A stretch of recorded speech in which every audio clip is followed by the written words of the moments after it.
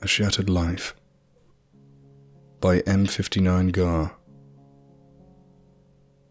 I don't know when you're going to read this, but I can tell you when it started. I was out for a walk alone in the woods when the entity came for me. It was beyond a blur. It was, for the lack of a better term, absence of meaning. Where it hid, there were no trees. Where it crept closer, there was no grass. Through the arc it leapt at me.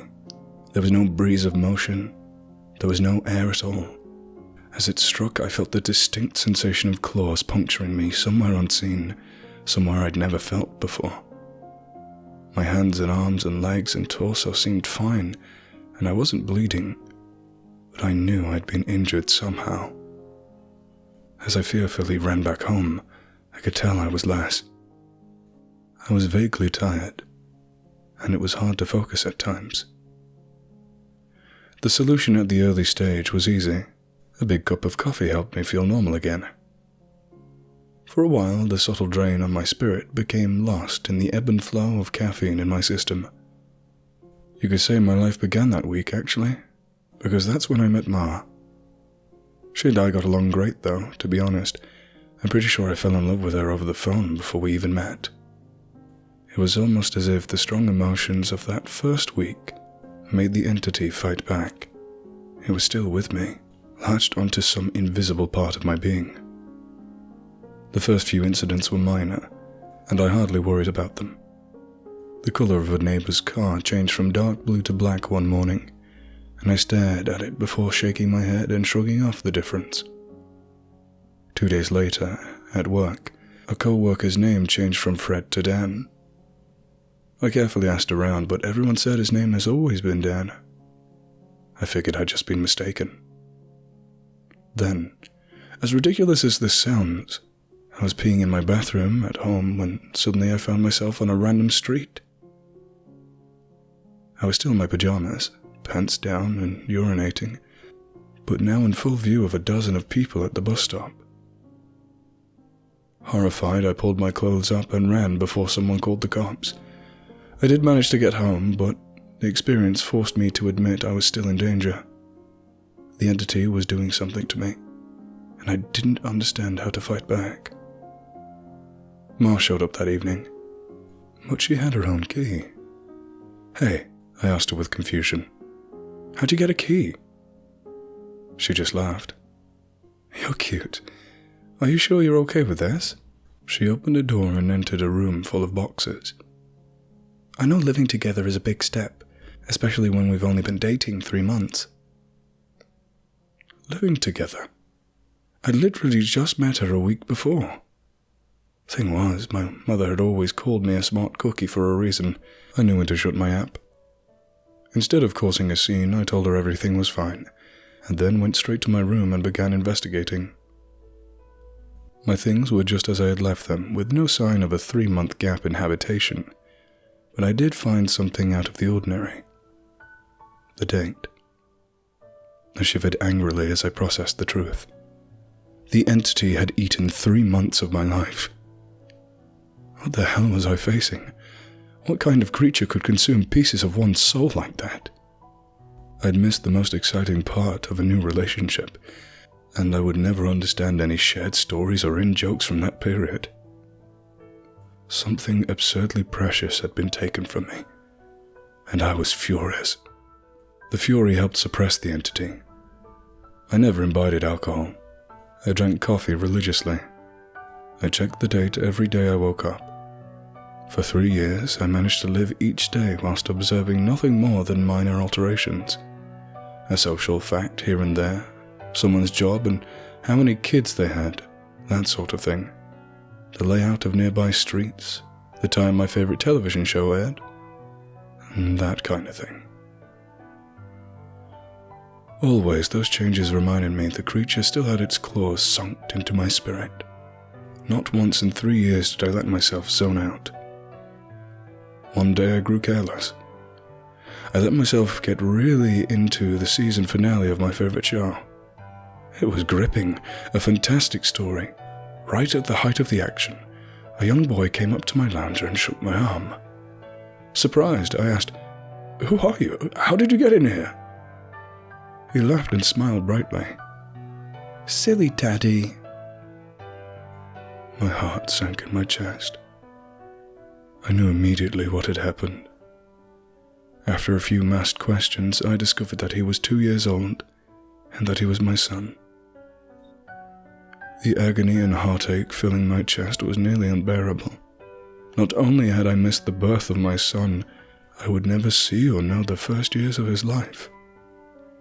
Ma and I had obviously gotten married and started a family in the time I'd lost, and I had no idea what joys or pains those years contained. It was snowing outside. Holding my sudden son in my lap, I sat and watched the flakes fall outside. What kind of life was this going to be if slips in concentration could cost me years? I had to get help. The church had no idea what to do. The priests didn't believe me and told me I had a health issue rather than some sort of possession. The doctors didn't have any clue. Nothing showed up on all their scans and tests, but they happily took my money in return for nothing. By the time I ran out of options, I decided to tell Ma. There was no way to know what this all looked like from her side. What was I like when I wasn't there? Did I still take our son to school? Did I still do my job? Clearly I did, because she seemed to be none the wiser, but I still had a horrible feeling that something must have been missing in her life when I wasn't actually home inside my own head. But the night I set up a nice dinner in preparation, she arrived not by unlocking the front door, but by knocking on it. I answered and found that she was in a nice dress. She was happily surprised by the setting on the table. "A fancy dinner for a second date? I knew you were sweet on me." Thank the Lord I knew when to keep my mouth shut. If I'd gone on about being married and having a son, she might have run for the hills. Instead, I took her coat and sat down for our second date. Through carefully crafted questions, I managed to deduce the truth. This really was our second date. She saw relief and happiness in me, but interpreted that as dating jitters. I was just excited to realize that the entity wasn't necessarily eating whole portions of my life. The symptoms, as I was beginning to understand them, were more like the consequences of a shattered soul. The creature had wounded me, broken me to pieces. Perhaps I was to live my life out of order, but at least I would actually get to live it. And so it went for 5 years, from my perspective.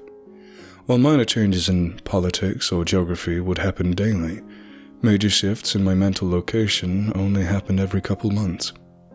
When I found myself in a new place and time in my life, I just shut up and listened, making sure to get the lay of the land before doing anything, to avoid mistakes.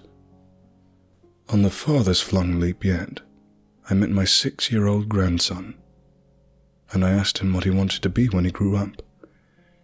He said, "Writer." I told him that was a fine idea.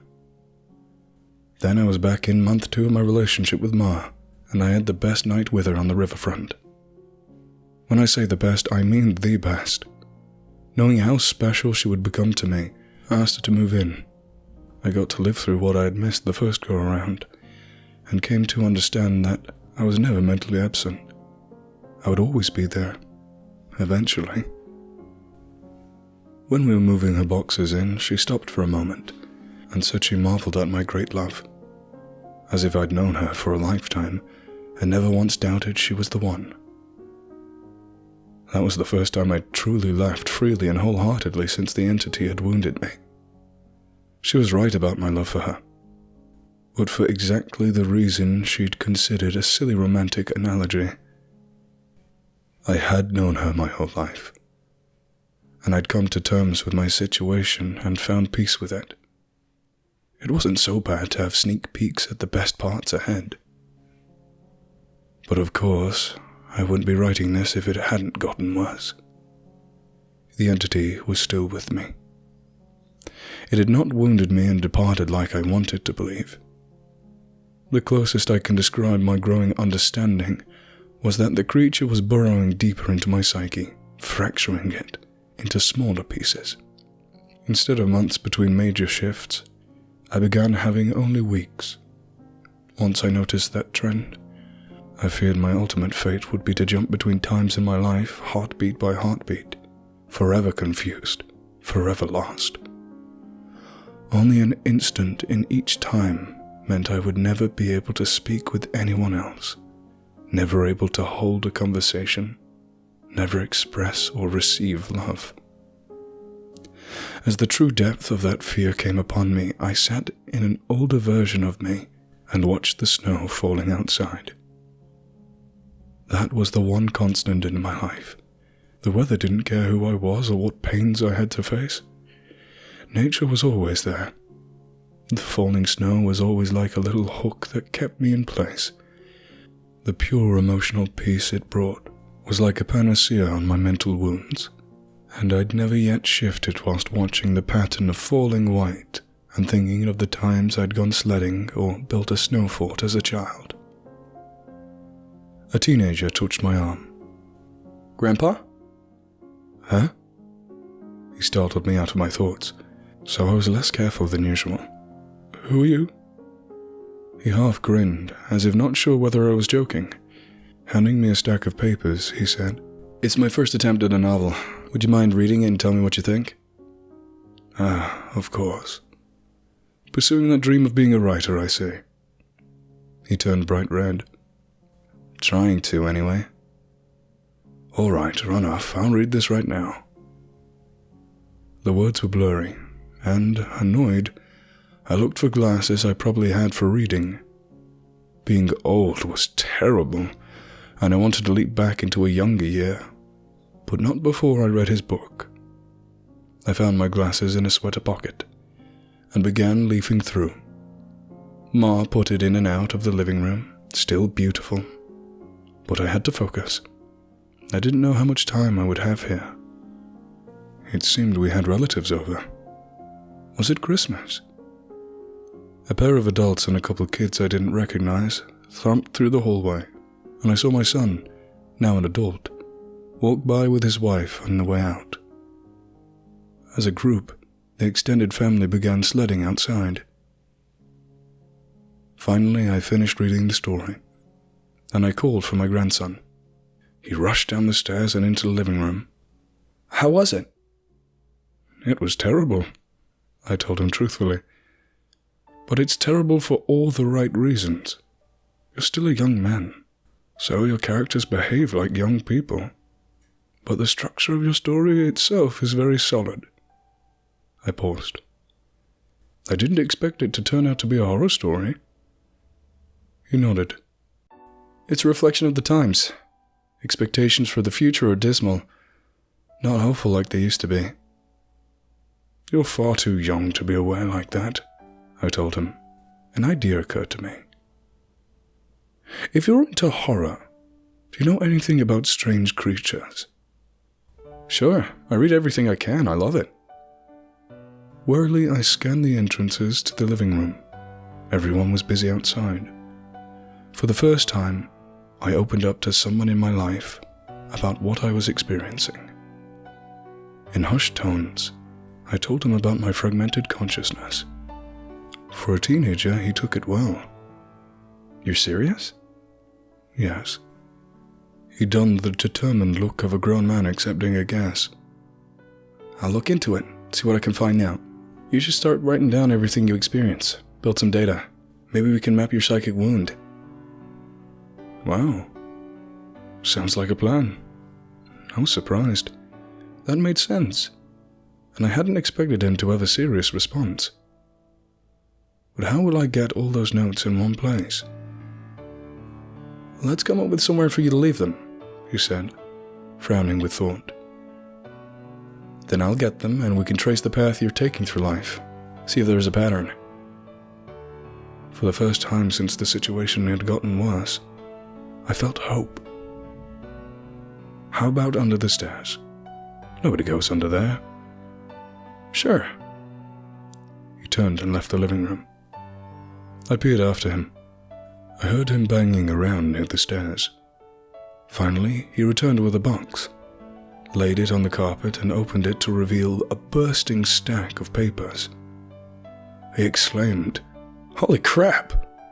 But of course, being a teenager, He didn't really say crap. Taken aback, I blinked rapidly, forgiving his cussing because of the shock. Did I write those?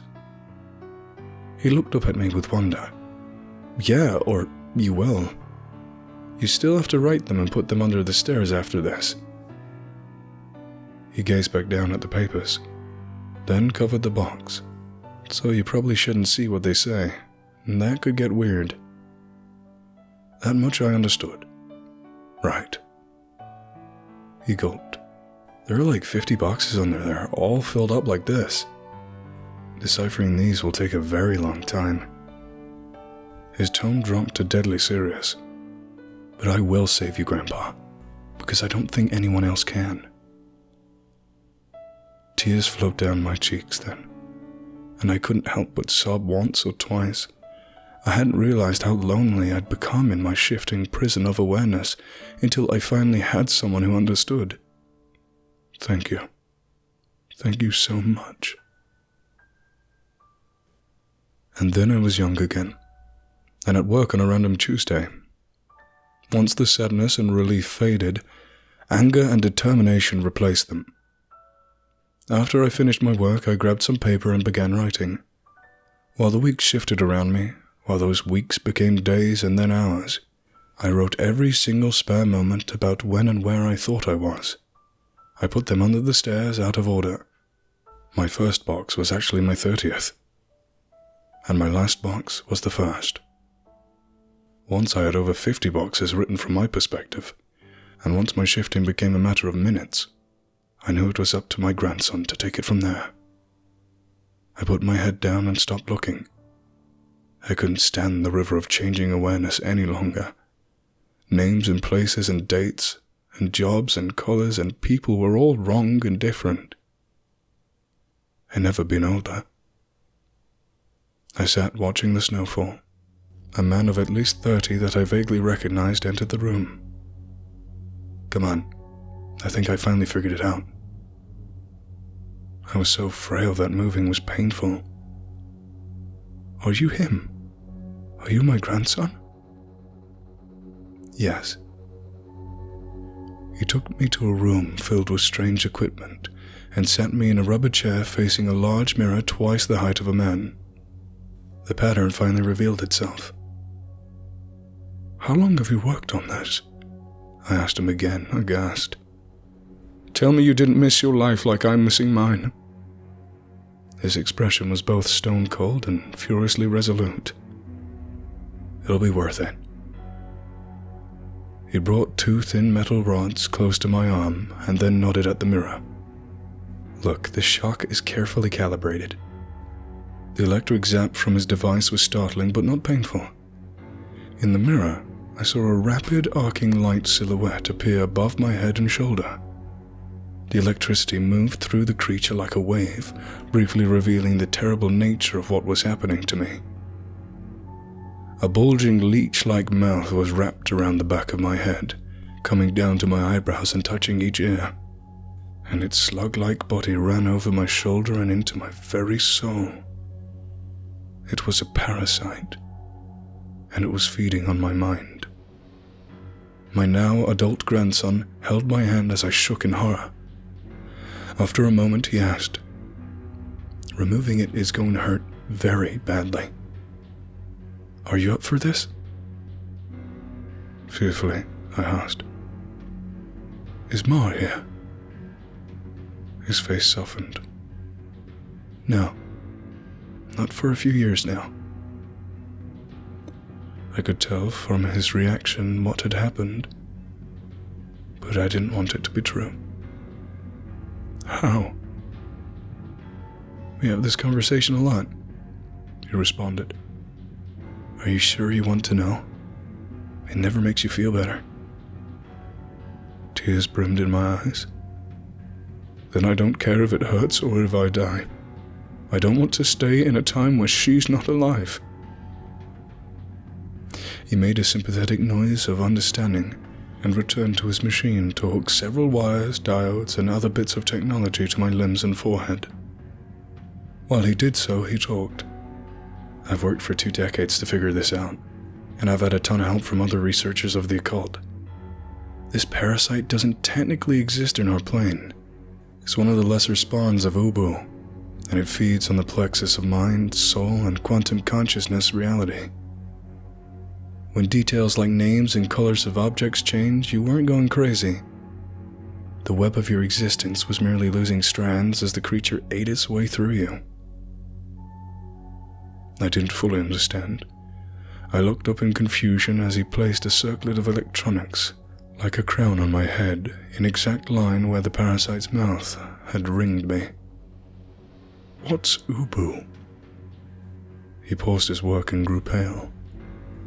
I forgot that you wouldn't know. You're lucky, believe me. After a deep breath, he began moving again and placed his fingers near a few switches. Ready? This is carefully tuned to make your nervous system extremely unappetizing to the parasite, but it's basically electroshock therapy. I could see Ma smile, even though she was dead. I'd just been with her moments ago. Do it.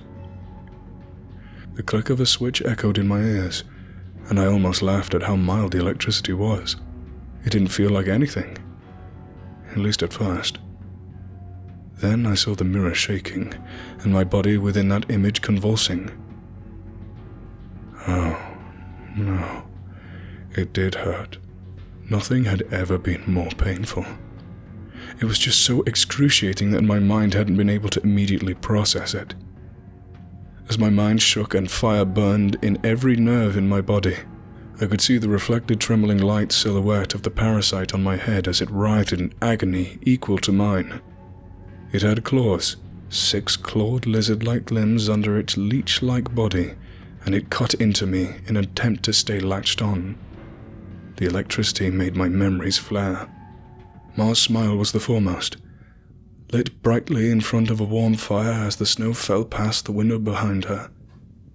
The edges of that memory began to light up, and I realized that my life was one continuous stretch of existence. It was only the awareness of it that had been fragmented by the feasting evil on my back. I'd never managed to be there for the birth of my son. I jumped around it dozens of times, but never actually lived it. For the first time, I got to hold Ma's hand and be there for her. No! That moment had shifted seamlessly into holding her hand as she lay in a hospital bed for a very different reason. Not this. God, why? It was so merciless to make me remember this. I broke down in tears as nurses rushed into the room. I didn't want to know. I didn't want to experience it. I'd seen all the good parts, but I hadn't wanted the worst part. The inevitable end all would one day face. It wasn't worth it. It was tainted. All that joy was given back 10,000-fold as pain. The fire in my body and brain surged to sheer white torture, and I screamed. My scream faded into a surprised shout as the machines and electricity and chair faded away. Snow was no longer falling around my life. I was out in the woods on a bright summer day. Oh God. I turned to see the creature approaching me. It was the same absence of meaning, the blank on reality. It crept forward just like before, but this time it hissed and turned away. I stood, astounded at being young again and freed from my parasite. My grandson had actually done it. He had made me an unappetizing meal, so the predator of mind and soul had moved on in search of a different snack. I returned home in a daze, and while I was sitting there processing all that had happened, my phone rang. I looked at it in awe and sadness. I knew who it was. It was Marjorie, calling for the first time for some trivial reason she'd admit 30 years later she made up just to talk to me. But all I could see was her lying in a hospital bed dying. It was going to end in unspeakable pain and loneliness. I would become an old man, left to sit by myself in an empty house, his soulmate gone long before him. At the end of it all, the only thing I would have left, sitting and watching the snow fall. But now, thanks to my grandson, I would also have my memories. It would be a wild ride, no matter how it ended. On a sudden impulse, I picked up the phone. With a smile, I asked, "Hey, who's this?" Even though I already knew.